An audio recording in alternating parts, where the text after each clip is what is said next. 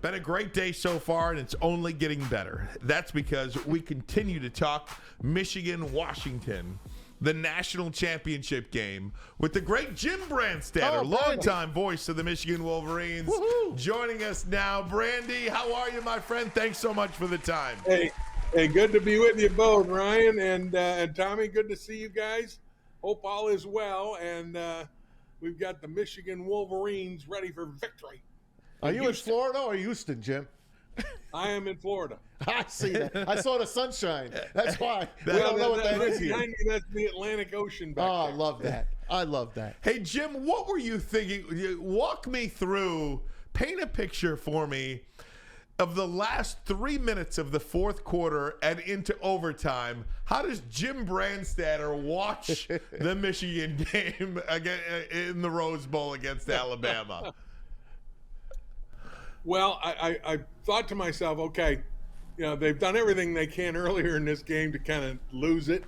And this is a great opportunity. And the thing I loved about it, and I'm sitting there looking at them going, there's no panic. Nobody's getting out of position. They're sitting there.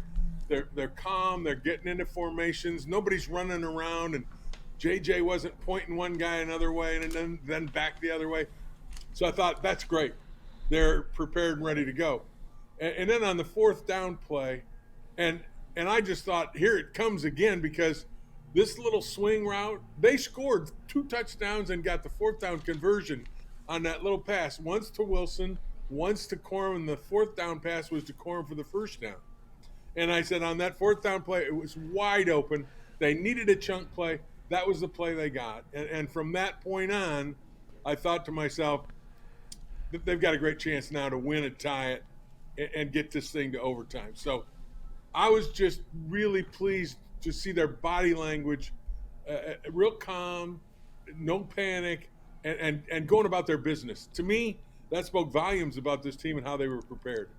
I was just so happy for these players who have not gotten as much of the recognition as I think they deserve. Every bit of talk about Michigan season has been something other than the players. How good do you feel for the players, Jim? Oh, I'm like you, exactly like you, because let's face it, it's all been about Harbaugh, sign stealing. It's all been about the first 3 game suspension, recruiting, but and the team has gone about their business through all the outside noise, and they have performed admirably. And not one of them, you haven't heard a single peep from any of them that, oh, woe is me, or why don't you guys pay attention to us? It's never been any of that. And for that reason alone, I'm just so proud of them and so glad that they're in this position. I hope they finish the deal, because this is a great group and they deserve good things to happen to them. Hey, Jim, were you confident going into that Rose Bowl against the Nick Saban-led team? Yeah, I was. Everybody talks about Nick Saban-led teams. Nobody is perfect in college football, right? Even Michigan. I mean, nobody's unbeatable. Let's put it that way. And I knew Michigan was good enough. I knew defensively they were exceptional, especially on the edge. And the one key guy, it's like the Belichick mode of coaching. Don't let the key guy beat you, and that was Milroe.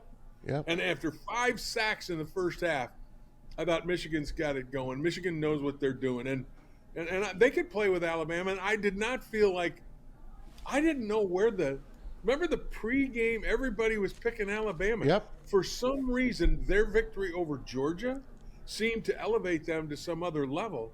And I just said Georgia's a great team, but that doesn't mean Michigan can't play with them. Right. And yet everybody seemed to think that win that Alabama had over Georgia somehow put them in the elite version, and Michigan didn't have a shot.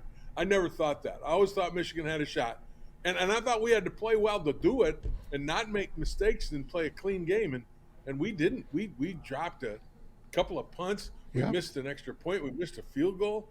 Those things you can't do in big games, and yet they were able to overcome that adversity and win.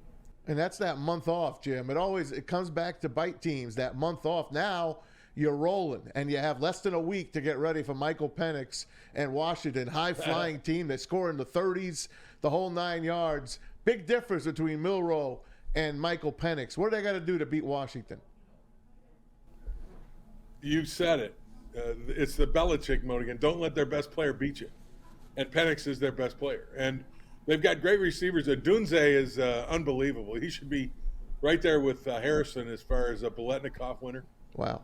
But I think the key is, again, any quarterback, I don't care who you are, you're Brady, you're Manning, you're Mahomes, you're Jalen Hurts, whoever it is, if you get them off their spot, make them uncomfortable, they're not going to be as good.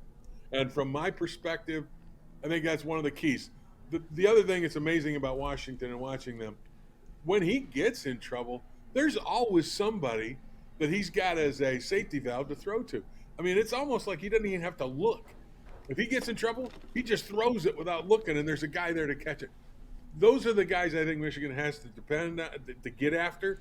Find that safety valve guy that's sneaking out of the backfield that you forget about, because he's the guy Penix goes to if he gets in trouble. If he gets in trouble and that guy's not there, then you might be able to sack him. But he's only been sacked, I think, 11 times in 14 games. So I think you get after the quarterback and somehow, cover those great receivers. But if you get after Penix, force him to move his feet, get him off his spot, I think that's a formula for taking them out of their game and maybe making them not as efficient offensively as they have been the rest of all year long. On the other side there, Jim, I think Michigan, too, and I'm just curious your take on it. I'm sure as a former offensive lineman, you want them to run the ball as well. But that seems like really it's Michigan's best chance to win this game. Just with those 5 guys up front, just give the ball to Blake Corum, it seems, 20, 25 times, and you win this game. I thought Michigan did a lot of goofy stuff in that game against Alabama. And it's goofy because it didn't work. but just give it to Blake. You asked me about what I was thinking the last 3 minutes. You should have seen me after that flea flicker thing. I know it. I left my chair. Yep. And I was nearly in the Atlantic at that point. JJ saved him.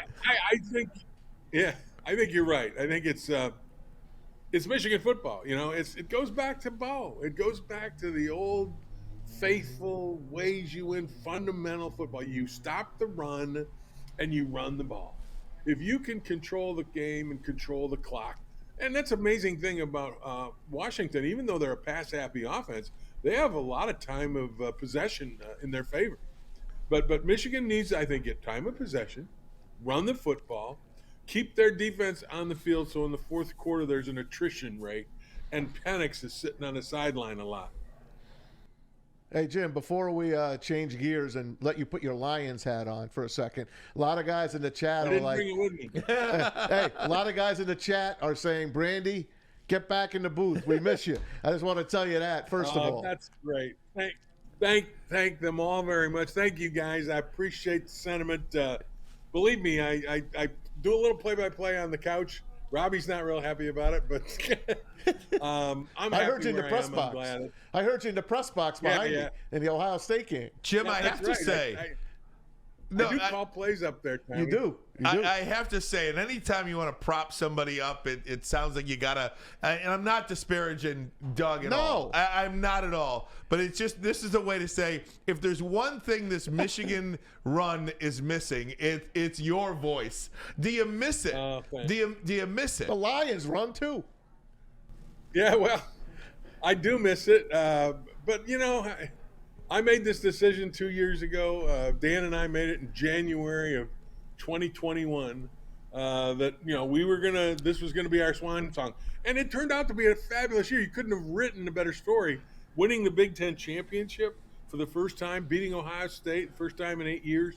You couldn't have written a better fairy tale ending to Dan and I's story in the booth. But going forward, I turned it over to Doug and John. And they can take it to a national title. It's the old story, Ryan. I had my run. Yep. I loved it. I was very lucky, and now I am so proud and watching them from afar. But I still feel I feel emotional about them all. Yeah. And that's a good thing. That's awesome. You're well loved. We love Jim. you, Brandy, we love you so much. Hey, the elephant in the room. It. After they win the national championship, what's Jim Harbaugh going to do? I don't know. The thing that I could come back to is I say, you know what? If you're Jim Harbaugh and you win the national championship, I mean, do you want to put up with the BS, excuse the term and the phrase, that the NCAA and the Big Ten Conference and all the other people that are nipping at your heels are trying to do? Do you really want to put up with that? You wouldn't have to if you went to the other. But I truly believe on the other side of the pro and the con of this whole thing, that he loves Ann Arbor and he loves this team, this life, the whole process of the collegiate game. So that to me is the allure that will keep him. And it's just, I don't think the money's a factor. I truly don't. And I hope he stays. I do hope he stays. But if he did go, I could understand why, because who wants to be so successful and to take this program, and many you've read in the newspapers, back to the elite level. I never thought they left being elite, but back to the elite level in the short period of time, and then have to sit there and put up with all the people throwing arrows at you. So I could understand if he did go, but I sure hope he stays, because I think Michigan's in great shape with him. Hey, Jim, last one, and then we'll let you get back to that sunshine of the Atlantic Ocean there. And Thank you. But I want to ask you about the Lions. You were in the booth the last time the Lions played a playoff game against the Packers. Sterling Sharp down the sideline there, wide open. Last time in the booth, the Lions won a playoff game. Talk to me about what this next week will mean for the Lions franchise and their fan base here in Detroit. Well, it means everything. I mean, let's face it, this fan base is so starved. And I am so as happy as, Ryan, you and I talked about how happy we were for the kids at Michigan. Yeah. I'm so pleased and delighted for those faithful fans of the Detroit Lions to have this team, to have Dan Campbell put together this team and have it to be recognized nationally as one of the National Football League's best. Hey, I did games at the Silverdome when the Lions were 2-12 and Tampa Bay came in at 1-13, and they had 80,000 in there. Mm-hmm. That's impossible anywhere in the country except Detroit. And Detroit deserves this. And I am so delighted. And I even get goosebumps right now thinking about these Lions fans and the faithful that have been there year in and year out. You guys know them. You've got friends who went to games with their dads, who are now going to games on their own with their own season tickets. And this unrequited love has now been answered. Now, that doesn't mean they're going to win a Super Bowl or anything like that. But at least there's this, we don't just have a star like Barry or Megatron or Stafford. We now have a team that can compete and is in the conversation with the Super Bowl, and it's not just pipe dreams. It's the real deal.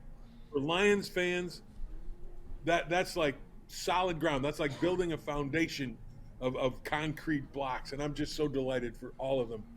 And I'm so thrilled. I hope they go far. Like I said, I don't know what happens down the road in the NFL, because this year's NFL season has been, boy, anybody on Sunday can beat you. But I think this is a great team with a solid foundation, with great offensive line and a great defensive line, good skill, and a solid quarterback. So let's hope. It's going to be one of the most important 7 days of football in the state of Michigan's history. Yes. You've got Michigan on Monday, and then the following weekend, the Detroit Lions going to be hosting a playoff game. And incredible the following stuff. week. Think about this one for a minute. Talk about Michigan, and you talk about our favorite Suns, but think about this for a second. How would you like it if Michigan wins the national championship with Jim Harbaugh and Baltimore goes on to win a Super Bowl with John Harbaugh? Would that be unbelievable or what?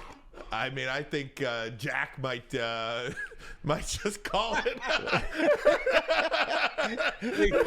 Jack and Jackie could go on a parade down Pennsylvania Avenue in Washington and have a huge crowd there.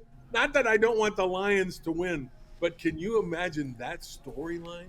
Right. If that all came about? Unbelievable. Jim, we were not going to let this week pass without seeing your face and hearing that voice. Love you, man. Thanks so much for the time here on Woodward Sports. We love you, bud. Thanks, Jimmy. Hey, guys, thank you very much. And for everybody out there, this is the last shot for you before the championship game. Ready? Touchdown, Michigan! Yeah, baby. let's go. There it is. All right. I love it. And with that, we will send it to a break. But first, a message from Swiss.